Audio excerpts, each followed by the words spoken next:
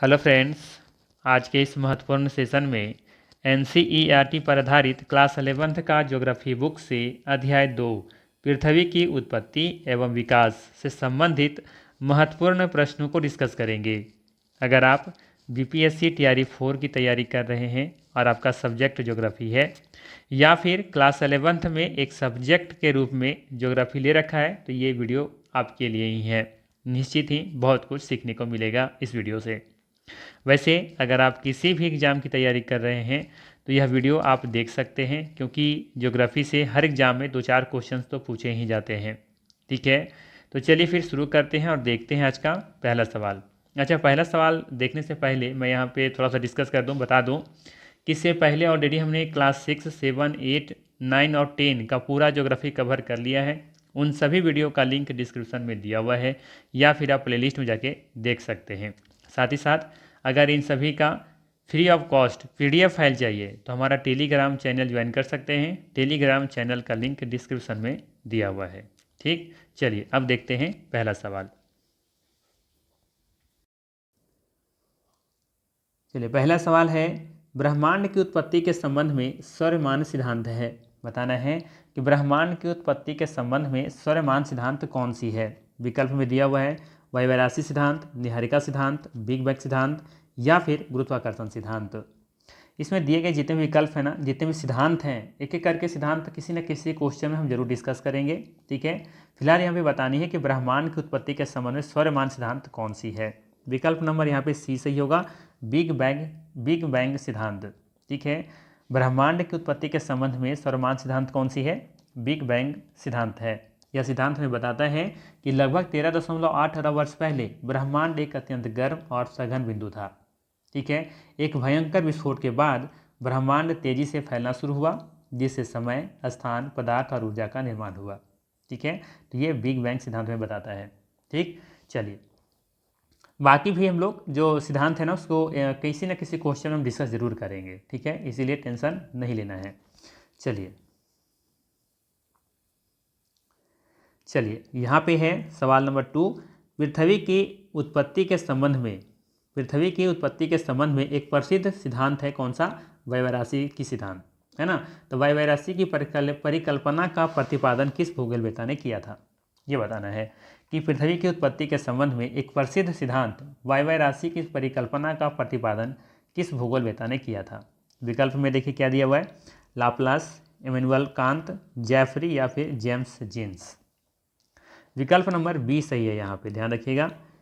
ठीक है, पृथ्वी की उत्पत्ति के संबंध में एक प्रसिद्ध सिद्धांत वैवराशी की परिकल्पना का प्रतिपादन इमैनुअल कांत ने किया था।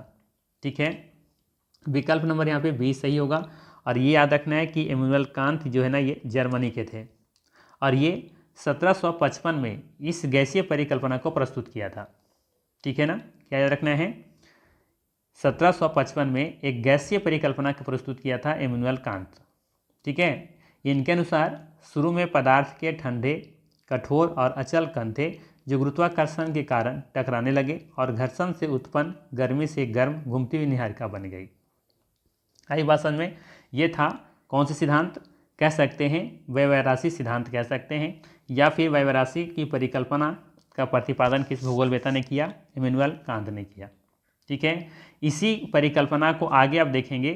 ठीक है, तो बाद में आगे चल करके लाप्लास जो थे, है ना, ये 1796 में इसको संशोधित किया, इसमें कुछ चेंजेज किए और इसी परिकल्पना को अपना नाम दिए निहारिका परिकल्पना। ठीक है, आई बात समझ में? चलिए, मतलब सिंपल सा है कि इमैनुअल कांत के द्वारा दी गई जो परिकल्पना थी ना, उन्हीं को संशोधित करके 1796 में लाप्लास ने एक नई परिकल्पना का जन्म दिया या नाम दिया, जिसे हम लोग निहारिका परिकल्पना के नाम से जानते हैं। ठीक है, चलिए अगला सवाल आ गया है। वही सवाल है कि निहारिका परिकल्पना का संबंध किससे है? ये संबंध किससे है? लाप्लास से है। ठीक है ना, ध्यान दीजिएगा। यहाँ पे देखिए, लाप्लास ने बाद में 1796 में कांट की परिकल्पना को संशोधित किया और इसे अपनी निहारिका परिकल्पना के रूप में प्रस्तुत किया। ठीक है, चलिए अगला सवाल देखिए। सवाल है, इनमें से किस परिकल्पना में यह कहा गया है कि ग्रहों का निर्माण धीमी गति से घूमते हुए पदार्थों के बादलों से हुआ है। ठीक है ना। सवाल क्या है, इनमें से किस परिकल्पना में यह कहा गया है कि ग्रहों का निर्माण धीमी गति से घूमते हुए पदार्थों के बादल से हुआ है। तो ये कौन सी परिकल्पना थी, निहारिका परिकल्पना। ठीक है, विकल्प नंबर यहाँ पे क्या सही हो जाएगा, ए सही हो जाएगा, निहारिका परिकल्पना। ठीक है, इसका जन्म किसने दिया, इसका प्रतिपादन किसने किया, तो नाम है उनका लाप्लास। ठीक है, आइए और इनके बारे में जानकारी लेते हैं। ध्यान दीजिएगा, बहुत सारी चीज़ें आप लोगों के लिए लेकर के आए हैं। पीडीएफ बनाने में बहुत टाइम लगती है, इसीलिए थोड़ा सा वीडियो लेट से देते हैं आप लोग को, क्योंकि बहुत मेहनत करनी पड़ती है कि क्वेश्चन खोजना पड़ता है, ऑप्शन ढूंढने होते हैं, उसके बारे में डिटेल्स लिखना होता है, तो थोड़ा समय लगता है। ठीक है, इसीलिए किसी ने कमेंट किया था कि सर डेली लेकर के आइए, लेकिन डेली संभव नहीं है। जो वास्तविकता है वो आप लोगों के सामने रखनी है। झूठ बोल करके करने से कोई फ़ायदा नहीं है। ईमानदारी से मैं कहूँ तो मेहनत बहुत लगती है, तो मैं कोशिश करता हूँ फिर भी कि 1 दिन 2 दिन के अंदर वो वीडियो ज़रूर लेकर के आऊँ। ठीक, चलिए अब देखिए यहाँ पे निहारिका परिकल्पना। इस परिकल्पना के अनुसार ग्रहों का निर्माण एक धीमी गति से घूमते हुए पदार्थों के बादल निहारिका से हुआ है। निहारिका परिकल्पना क्या कहता है, इस परिकल्पना के अनुसार सूर्य और ग्रहों का निर्माण एक विशाल घूमते हुए गैस और धूल के बादल, जिसे निहारिका कहते हैं, से हुआ था। इस बादल के केंद्र में सूर्य बना और बाकी पदार्थों से ग्रह का निर्माण हुआ। आई बात समझ में, इस बादल के केंद्र में सूर्य बना और बाकी पदार्थ से क्या बन गए, ग्रह बन गए। एक है ना यहाँ पे विस्तारित, अब देख सकते हैं विस्तारित ब्रह्मांड परिकल्पना, तो इसके बारे में देख लीजिए क्या है ये। तो ये है, यह ब्रह्मांड के विस्तार से संबंधित है, ना कि ग्रहों के निर्माण से। विस्तारित ब्रह्मांड परिकल्पना क्या है, ये ब्रह्मांड के विस्तार से संबंधित है, ना कि ग्रहों के निर्माण से। एक है एक तारक परिकल्पना। ठीक है, तो यह परिकल्पना एक तारे से ग्रहों के निर्माण की बात करती है।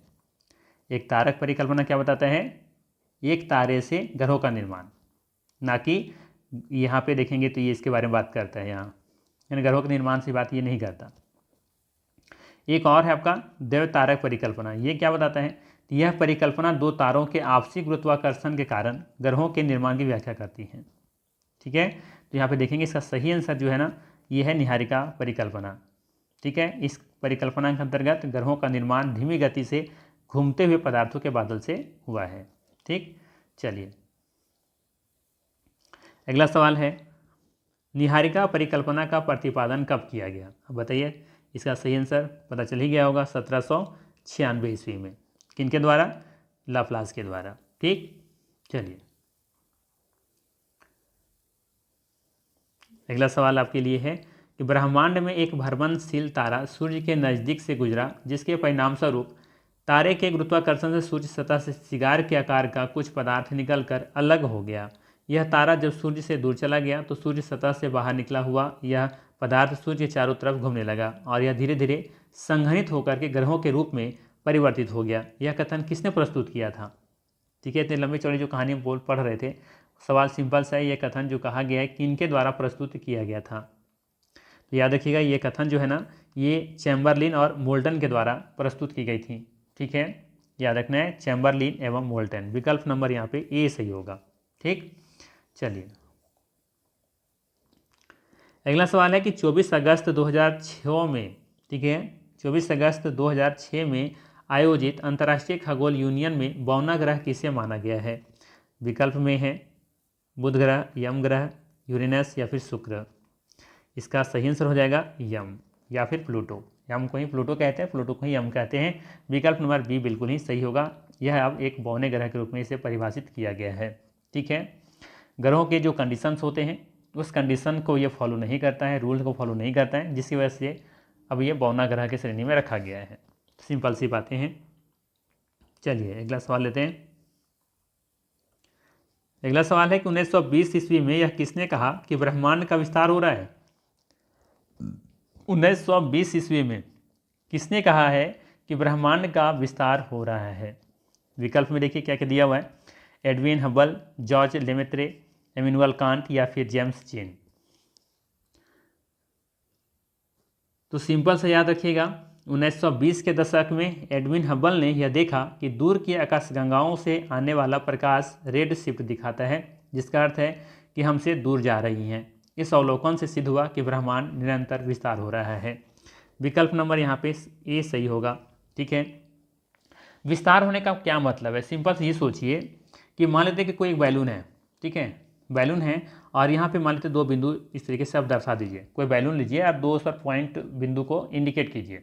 अब क्या कीजिए ना, उस बैलून को फुलाना शुरू कीजिए, ठीक है। तो फुलाने पर क्या होगा, ये बिंदु तो जहाँ वहीं रहेगा, लेकिन क्या होगा कि ये बैलून जब बड़ा बनेगा, तीन की जो देखेंगे इनका क्या हो जाएगा, विस्तार हो जाएगा, है ना, डिस्टेंस बढ़ जाएगा ना। तो बस यही चीज़ कही गई है और कोई बड़ा चीज़ नहीं है। ब्रह्मांड का विस्तार का मतलब यही है। सिंपल सा आप कॉन्सेप्ट में समझ सकते हैं कि बैलून लीजिए, बैलून में दो बिंदुओं को मार्क कीजिए और आप बैलून को फुला दीजिए। अब देखिएगा दोनों का क्या होगा, विस्तार होगा, दोनों का डिस्टेंस बढ़ जाएगा। बस यही चीज़ें हो रही हैं, ठीक है। सिंपल से भाषा में मैं समझाऊँ तो यही कह सकता हूँ, ठीक। तो ये किसने कहा था 1920 ईस्वी में? तो एडविन हबल ने कहा था, ठीक। चलिए अगला सवाल है, बिग बैंग की घटना आज से कितने वर्ष पूर्व हुई थी? बिग बैंग की घटना आज से कितने वर्ष पूर्व हुई थी? तो याद रखिएगा, वैज्ञानिकों का मानना है कि बिग बैंग की घटना आज से 13.7 अरब वर्ष पूर्व हुई थी, ठीक है। और ब्रह्मांड का विस्तार आज भी क्या है, जारी है। विकल्प नंबर यहाँ पे क्या सही होगा, बी नंबर, ठीक है, 13.7 अरब वर्ष पूर्व, ठीक। चलिए अगला सवाल है, पहले परमाणु का निर्माण कब हुआ? पहले परमाणु का निर्माण कब हुआ? बिग बैंग होने के 3 मिनट बाद, या बिग बैंग होने के आरंभिक 3 मिनट के अंतर्गत यानी अंदर ही, और बिग बैंग होने के दौरान, या कोई नहीं। इसका जो सटीक आंसर है ना वो बी नंबर है, ठीक है ना। याद रखिएगा, पहले परमाणु का जो निर्माण हुआ वो बिग बैंग होने के आरंभिक 3 मिनट के अंतर्गत ही हो गया था, ठीक है। तो विकल्प नंबर बी बिल्कुल ही यहाँ पे सही है, ठीक है। मैं कोशिश किया हूँ कि एनसीईआरटी का एक एक लाइन से क्वेश्चन बनाने का प्रयास करूँ, इसलिए इस देखेंगे कि वीडियो में 40 क्वेश्चन हमने बनाया है, ठीक है। 40 क्वेश्चन आपको देखने को मिलेंगे।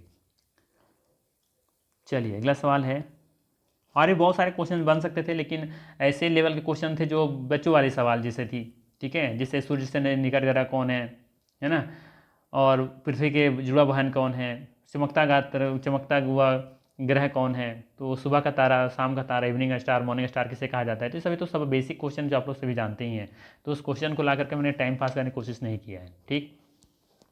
चलिए अगला सवाल है, बिग बैंग से 3 लाख वर्षों के दौरान ब्रह्मांड में कौन सी घटना घटी?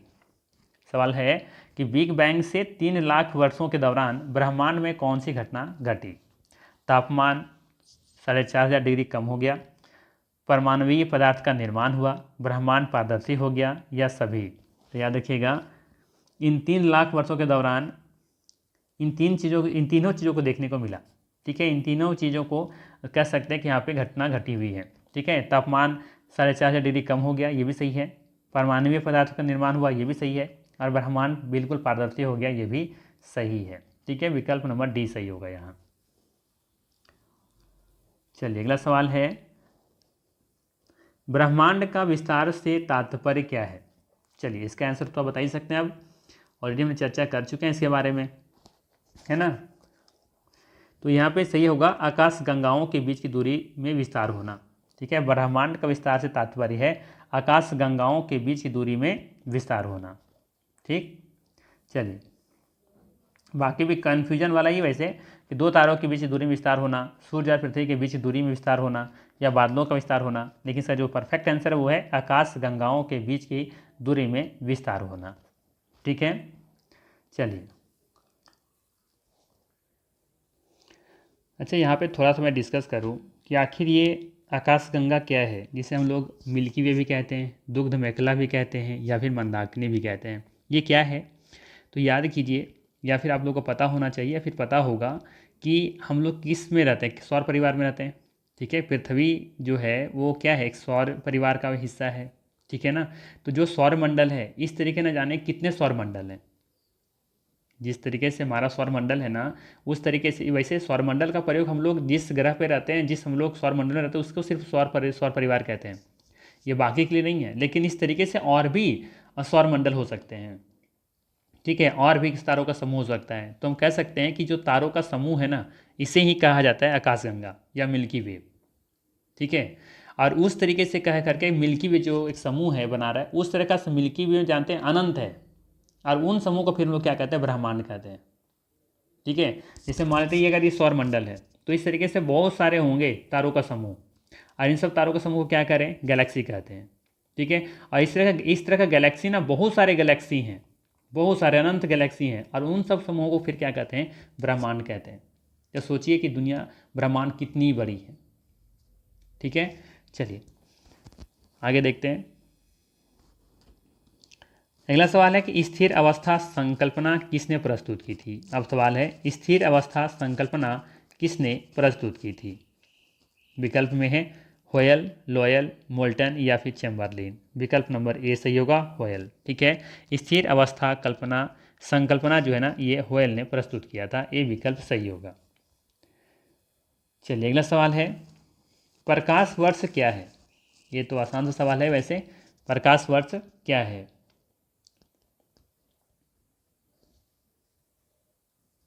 तो इसका सही आंसर हो जाएगा विकल्प नंबर ए, ब्रह्मांड में दूरी मापने की ये इकाई है। ठीक है ना, प्रकाश वर्ष क्या है, ब्रह्मांड में दूरी मापने की इकाई है। विकल्प नंबर ए यहाँ पे सही है। आगे देखिएगा, यहाँ पे कुछ दिया हुआ है,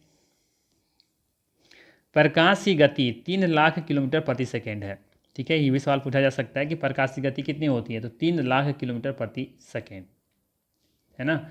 3 लाख किलोमीटर प्रति सेकंड, मतलब 1 सेकंड में 3 लाख किलोमीटर ट्रेवल कर सकता है प्रकाश। सोचिए कितना स्पीड, तेजी गति से चलता है। सोचिए यहाँ पे ये पृथ्वी है, यहाँ पे मान लेते हैं सूर्य है, ये चांद है, चंद्रमा है। ठीक है, और दोनों के बीच डिस्टेंस कितना है, लगभग 3,80,000 किलोमीटर है। ठीक है, 3,80,000 किलोमीटर है। अब सोचिए ज़रा कि ये डिस्टेंस अगर हम यहाँ से टॉर्च जलाएं अपने पृथ्वी की सरफेस से, तो चंद्रमा पर पहुँचने में कितना समय लगेगा, 1 सेकेंड। क्योंकि लगभग 3 लाख किलोमीटर है ना, और 3,80,000, तो मान लीजिए लगभग 1.5 सेकेंड। ठीक है, तो 1.5 सेकेंड से भी कम समय में हम अगर यहाँ पृथ्वी पर से अगर टॉर्च की लाइट जलाते हैं तो उसकी प्रकाश चंद्रमा पे पहुँच चुका होगा 1.5 सेकेंड के अंदर। सोचिए कि लाइट का जो स्पीड है वो कितना तेज़ गति से चलता है। ठीक है ना, विचारणीय है कि एक वर्ष में प्रकाश जितनी तेज दूरी तय करेगा वह एक प्रकाश वर्ष होगा। ठीक है, यहाँ पे ध्यान रखिएगा कि एक वर्ष में प्रकाश जितनी दूरी तय करेगा वह एक प्रकाश वर्ष होगा। यहाँ पे 9.461 इंटू 10⁻12 किलोमीटर के बराबर है। एक प्रकाश वर्ष जो है ना, इतना के बराबर है, याद रख सकते हैं आप। ठीक है, एक प्रकाश वर्ष इतना के बराबर होता है, ये डेटा आप चाहे तो याद रख सकते हैं। चलिए अगला सवाल है, तारों का निर्माण लगभग कितने वर्ष पूर्व हुआ था। बताना है, तारों का निर्माण लगभग कितने वर्ष पूर्व हुआ। तो ऐसा माना जाता है कि तारों का निर्माण 5 से 6 अरब वर्ष पहले हुआ था। ठीक है, विकल्प नंबर यहाँ पे ए सही होगा। ठीक है, चलिए अगला सवाल है, प्रकाश की गति कितनी होती है। लीजिए आ गया सवाल, प्रकाश की गति कितनी होती है, 3 लाख किलोमीटर पर सेकेंड। ध्वनि का कितना होता है वैसे, ध्वनि का अलग अलग माध्यम अलग अलग होता है, वैसे नॉर्मल देखा जाए तो 330 मीटर पर सेकेंड होता है। ठीक है, 330 मीटर पर सेकेंड। ठोस में ज़्यादा होता है, उससे कम तरल में, और उससे भी कम गैसों में।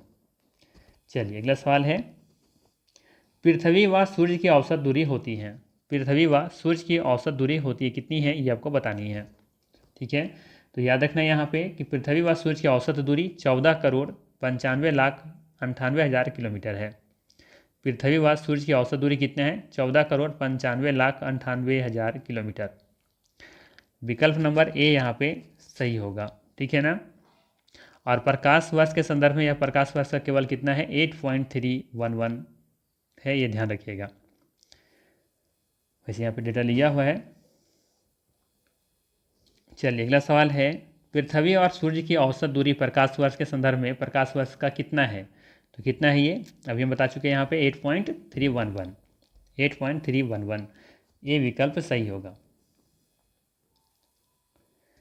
अगला सवाल है कि सौरमंडल का जनक किसे कहा जाता है। सौरमंडल का जनक किसे कहा जाता है। तो ध्यान रखना है, निकोलस कॉपरनिकस को किसे कहा जाता है, निकोलस कॉपरनिकस को कहा जाता है। ठीक है, ध्यान दीजिएगा यहाँ पे, वैज्ञानिक और खगोलशास्त्री निकोलस कोपरनिकस ने यह सिद्धांत प्रस्तुत किया कि सूर्य सौरमंडल के केंद्र में है और ग्रह सूर्य की परिक्रमा करते हैं, इसलिए उन्हें अक्सर सौरमंडल का जनक कहा जाता है, क्योंकि उन्होंने सौरमंडल के एक सही मॉडल का प्रस्ताव दिया था। ठीक है, तो इनको नाम याद रखिएगा, निकोलस कोपरनिकस, इन्हें ही कहा जाता है सौरमंडल का जनक। चलिए अगला सवाल है, सौरमंडल के 8 ग्रहों में से किन ग्रहों को आंतरिक ग्रह कहा जाता है? सवाल है कि सौरमंडल के 8 ग्रहों में से किन ग्रहों को आंतरिक ग्रह कहा जाता है? विकल्प देखिए क्या दिया हुआ है, सूर्य से दूरी के अनुसार पहले 4 ग्रहों को, सूर्य से दूरी के अनुसार बाद के 4 ग्रहों को, सूर्य से दूरी के अनुसार बीच के 4 ग्रहों को, या फिर उपरोक्त में से कोई नहीं। विकल्प नंबर ए यहाँ पे सही होगा। सूर्य से दूरी के अनुसार पहले 4 ग्रहों को आंतरिक ग्रह कहा जाता है, जिसे चट्टानी ग्रह भी कहते हैं। बाकी अंत के जो 4 हैं उसे बाह्य ग्रह कहते हैं, या फिर उन्हें गैसीय ग्रह भी कहते हैं। ठीक है ना। चलिए देख लीजिए, यहाँ पे दिया हुआ है आंतरिक ग्रह कौन कौन से, बुध, शुक्र, पृथ्वी और मंगल। जबकि बाहरी ग्रह कौन से हैं, बृहस्पति, शनि, यूरेनस और नेपच्यून। ध्यान देने वाली बात यहाँ पे ये है कि सूर्य से दूरी के अनुसार पहले 4 ग्रहों को आंतरिक ग्रह कहते हैं, क्योंकि वे सूर्य के सबसे निकट हैं और उनकी सतह कैसी है, ठोस या चट्टानी है। जबकि बाकी जो 4 जो ग्रह हैं उनके देखेंगे तो जो सतहें कह सकते हैं, मतलब गैसीय ग्रह हैं, वो सिंपल से याद रखिएगा। ठीक है। चलिए अगला सवाल है, सौरमंडल में स्थित प्रथम 4 ग्रह बुध, शुक्र, पृथ्वी और मंगल किन पदार्थों से बने हैं? गैसीय पदार्थों से? नहीं। शैलों और धातुओं से? बिल्कुल सही है, विकल्प नंबर बी। गैसीय पदार्थों से कौन बने? जो अंतिम 4 ग्रह हैं। ठीक है। अगला सवाल है कि जोवियन ग्रह किसे कहते हैं? जोवियन ग्रह किसे कहते हैं? बृहस्पति के समान ग्रह को, शुक्र के समान ग्रह को, खगोलीय ठोस पिंडों को, उपरोक्त में से कोई नहीं। किसे कहते हैं जोवियन ग्रह? तो याद रखिएगा, बृहस्पति के समान ग्रह को जोवियन ग्रह कहा जाता है। विकल्प नंबर यहाँ पे कौन सा सही हो जाएगा? ए विकल्प सही होगा। बृहस्पति के समान ग्रह को क्या कहते हैं? जोवियन ग्रह कहते हैं। जोवियन ग्रह बृहस्पति जैसे बड़े गैस ग्रह होते हैं, जिनमें बृहस्पति, शनि, यूरेनस और नेपच्यून शामिल है। इन्हें गैस दानव भी कहा जाता है, गैस जायंट भी कहा जाता है। और ये छोटे चट्टानीय स्थलीय ग्रहों के विपरीत होते हैं, जिनकी कोई ठोस सतह नहीं होते हैं। ठीक है ना, याद रखिएगा, विकल्प नंबर यहाँ पे ए सही होगा। अगला सवाल है, पृथ्वी का एकमात्र प्राकृतिक उपग्रह कौन सा है? ये तो बताने की जरूरत ही नहीं है ना। चंद्रमा इसका सही आंसर होगा। ठीक है। बाकी देख लीजिए, यहाँ पे चंद्रमा पृथ्वी का एकमात्र प्राकृतिक उपग्रह है और यह सौरमंडल का 5वां सबसे विशाल प्राकृतिक उपग्रह है। ठीक है, ये सौरमंडल का 5वां सबसे विशाल प्राकृतिक उपग्रह है। जबकि टाइटन देखेंगे शनि ग्रह का उपग्रह है, जबकि गैनीमेड ये बृहस्पति ग्रह का उपग्रह है, और फोबोस और डिमोस लोग जानते हैं कि मंगल ग्रह का 2 प्राकृतिक उपग्रह है, फोबोस और डिमोस। चलिए अगला सवाल है, द बिग स्प्लैट किससे संबंधित है? द बिग स्प्लैट किससे संबंधित है? चंद्रमा की उत्पत्ति से, सूर्य की उत्पत्ति से, ग्रहों की उत्पत्ति से, या फिर तारों की उत्पत्ति से? सही आंसर हो जाएगा इसका विकल्प नंबर ए, चंद्रमा की उत्पत्ति से। द बिग स्प्लैट सिद्धांत जो है ये चंद्रमा की उत्पत्ति से संबंधित है। यह सिद्धांत कहता है कि एक मंगल ग्रह के आकार का वस्तु, जिसे थिया कहा जाता है, ने प्रारंभिक पृथ्वी से टक्कर मारी थी और इस विशाल टकराव के बाद मलबा इकट्ठा होकर के चंद्रमा का निर्माण हुआ था। ठीक है ना, तो याद रखिएगा, द बिग स्प्लैट किससे संबंधित है? चंद्रमा की उत्पत्ति से। अगला सवाल है, चंद्रमा की उत्पत्ति लगभग कितने वर्ष पूर्व हुई थी, पहले हुई थी? तो याद रखिएगा, लगभग 4.44 अरब वर्ष पहले हुई थी। ठीक। चलिए अगला सवाल है, पृथ्वी पर जीवन का विकास कब हुआ? पृथ्वी पर जीवन का विकास कब हुआ? तो याद रखिएगा, 380 करोड़ वर्ष पूर्व। ठीक है, 380 करोड़ वर्ष पूर्व अब देखेंगे कि पृथ्वी पर जीवन का विकास हुआ था। ठीक है, आइए और भी चर्चा करते हैं, यहाँ पे बहुत कुछ सीखने की ज़रूरत है, देखिएगा ध्यान से। पृथ्वी पर जीवन का विकास लगभग 3.8 अरब या फिर 380 करोड़ वर्ष पहले हुआ। हालांकि पृथ्वी का निर्माण लगभग 4.6 अरब वर्ष पहले हुआ था। ठीक है, पृथ्वी का निर्माण 4.6 अरब वर्ष पहले हुआ था, या तो 460 अरब वर्ष पहले हुआ था, जबकि जीवन का विकास 380 करोड़ वर्ष पहले हुआ था। ये दोनों डेटा याद रखिएगा। जीवन की उत्पत्ति इसके कुछ समय बाद लगभग 3.8 अरब वर्ष पहले शुरू हुई थी। विकल्प ए देखें तो 460 करोड़ वर्ष पूर्व यह पृथ्वी के निर्माण का समय है, ना कि जीवन के विकास का। ठीक।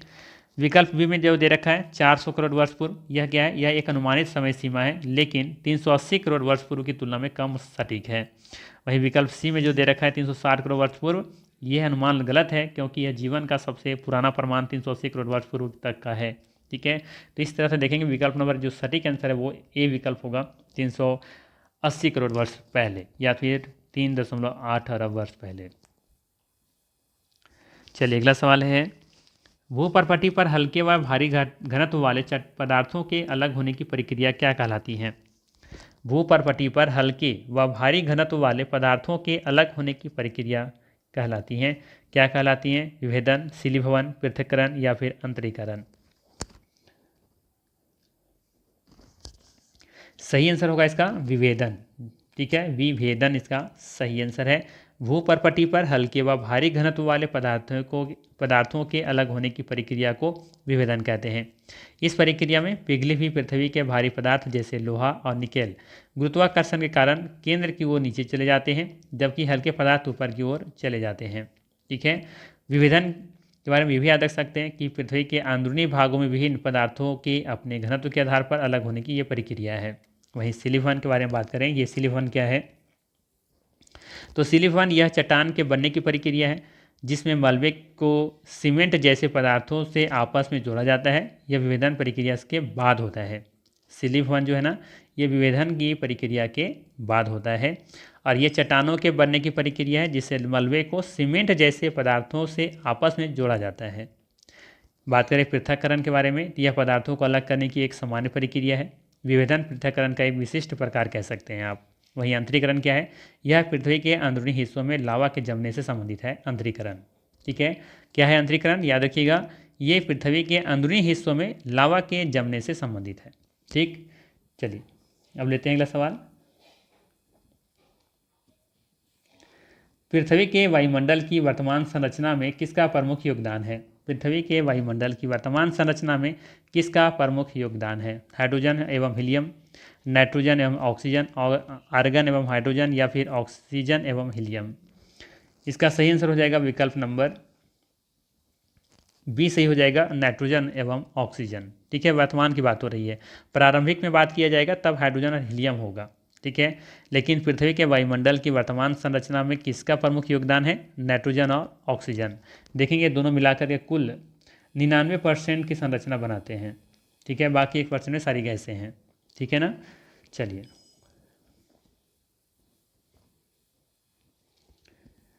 अगला सवाल है, प्रारंभिक वायुमंडल में किन तत्वों की अधिकता थी? वही सवाल जो भी हम डिस्कस कर रहे थे कि प्रारंभिक वायुमंडल में किन तत्वों की अधिकता थी, तो हाइड्रोजन और हीलियम गैसों की अधिकता थी। विकल्प नंबर ए यहाँ पे सही होगा। चलिए अगला सवाल है, यहाँ पे थोड़ा सा पढ़ लेते हैं क्या दिया हुआ है। प्रारंभिक वायुमंडल में हाइड्रोजन व हीलियम की अधिकता थी, क्योंकि वे सूर्य के निर्माण के समय मौजूद सबसे सामान्य गैसें थीं।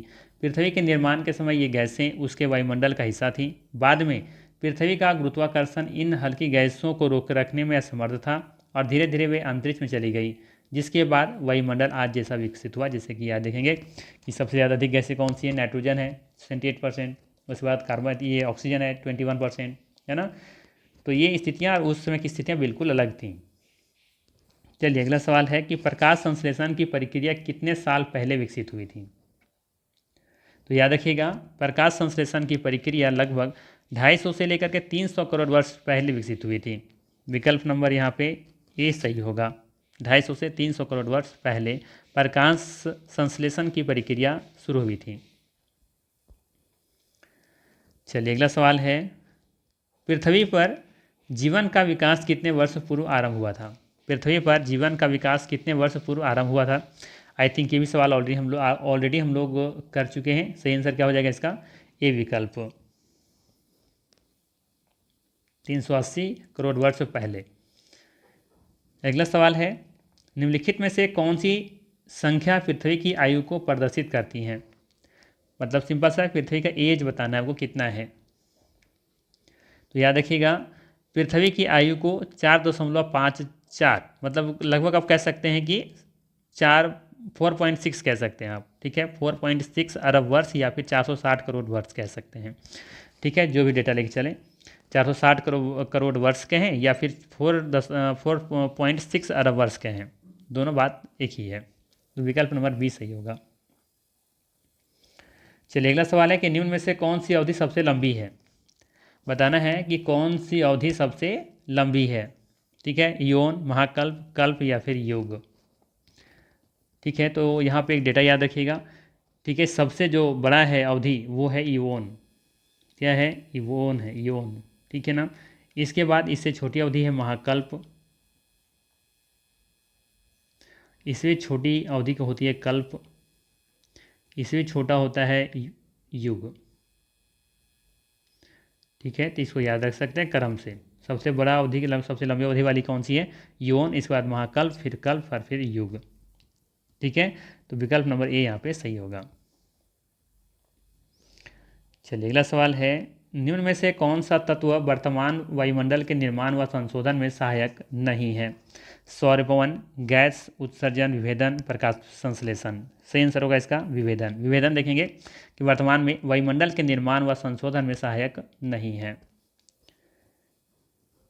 चलिए अगला सवाल है, निम्नलिखित में से भीतरी ग्रह कौन से हैं, भीतरी ग्रह या फिर आंतरिक ग्रह कौन से हैं। विकल्प में है पृथ्वी व सूर्य के बीच पाए जाने वाले ग्रह, सूर्य व क्षुद्र ग्रहों के पट्टी के बीच पाए जाने वाले ग्रह, वे ग्रह जो गैसीय हैं बिना उपग्रह वाले। इसका सही आंसर हो जाएगा विकल्प नंबर बी, ठीक है। फिर सूर्य व क्षुद्र ग्रह के पट्टी के बीच पाए जाने वाले ग्रह को क्या कहते हैं, आंतरिक ग्रह या फिर भीतरी ग्रह, जो कि जिसमें देखेंगे तो बुध है ना, बुध ग्रह है, पृथ्वी है, ठीक है, इसके बाद आपको शुक्र देखने को मिलेगा, मंगल, और एक का आपका यहाँ पे देखेंगे तो मार्स देखने को मिलेगा, ठीक है ना। तो देखिए यहाँ पे ध्यान से, ये आपका एस्ट्रॉयड है ना, ये एस्ट्रॉयड दिख रहा होगा, और ये आपका सन है, इसके बीच में देखिए ये जो ग्रह है ना, इसी तो आंतरिक ग्रह कहते हैं शुरुआती चार का। तो यहाँ पे थोड़ा सा जो ऑप्शन हम दे रखे हैं ना, वो थोड़ा सा अलग टाइप का है।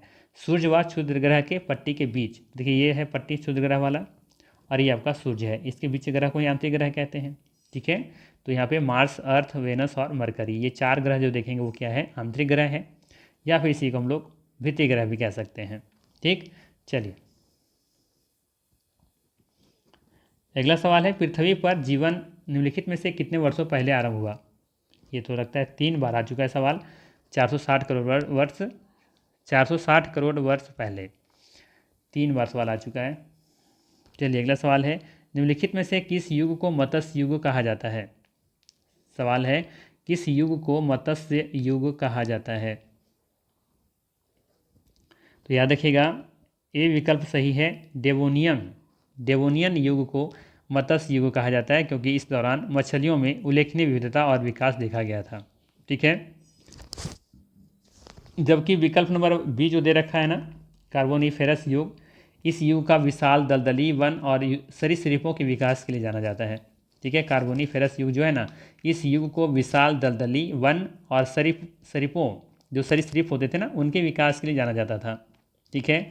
एक याद रखिएगा कैम्ब्रियन युग के बारे में, इस युग में समुद्री जीवन के विस्फोट के रूप में जाना जाता है, जहां पहली बार बहुकोशिकीय जीवन का निर्माण हुआ था, ठीक है, कैम्ब्रियन युग में। चलिए अगला सवाल है, निम्नलिखित में से किस युग को डायनासोर का युग कहा जाता है। विकल्प नंबर बी सही होगा, जुरेसिक युग। बाकी यहाँ पे हम बता चुके हैं कार्बोनिफेरस युग क्या है, ठीक है। चलिए एक और सवाल लेते हैं, सूर्य की उत्पत्ति कितने वर्ष पूर्व हुई थी। बताना है सूर्य की उत्पत्ति कितने वर्ष पूर्व हुई थी। तो याद रखिएगा 5 अरब वर्ष पहले, विकल्प नंबर ए सही होगा, सूर्य की उत्पत्ति 5 अरब वर्ष पहले हुई थी। चलिए एक सवाल और ले लेते हैं, आखिरी सवाल इस अध्याय का, निम्नलिखित में से किस युग को खड़िया युग कहा जाता है। बताना है किस युग को खड़िया युग कहा जाता है, क्रिटिशियस युग, जुरैसिक युग, कार्बोनिफेरस युग या फिर ट्रियासिक युग। सही आंसर हो जाएगा क्रिटिशियस युग को खड़िया युग कहा जाता है, ठीक है। विकल्प नंबर ए यहाँ पे सही होगा, ठीक है। बाकी जो बच गया यहाँ पे सभी युगों को यहाँ पे डिस्कस किया गया है, आप देख सकते हैं। जैसे क्रिटिशियस युग को खड़िया युग भी कहा जाता है, क्योंकि इस काल में खड़िया, जैसे चौक कहते हैं ना, चौक के निर्माण के लिए जिम्मेदार सूक्ष्म समुद्री जीवों का बड़े पैमाने पर विकास हुआ था। वहीं क्रिटेशियस युग की बात करें तो यह मेसोजोइक युग का अंतिम काल था, जो लगभग 145 मिलियन वर्ष पहले शुरू हुआ और 66 मिलियन वर्ष पहले समाप्त हुआ। वहीं बात करें कार्बोनिफेरस युग के बारे में, पहले बता चुके हैं, इसे कोयला युग भी कहा जाता है क्योंकि इस दौरान कोयले का व्यापक भंडार बने थे। जुरासिक युग, यह डायनासोर का स्वर्ण युग माना जाता है।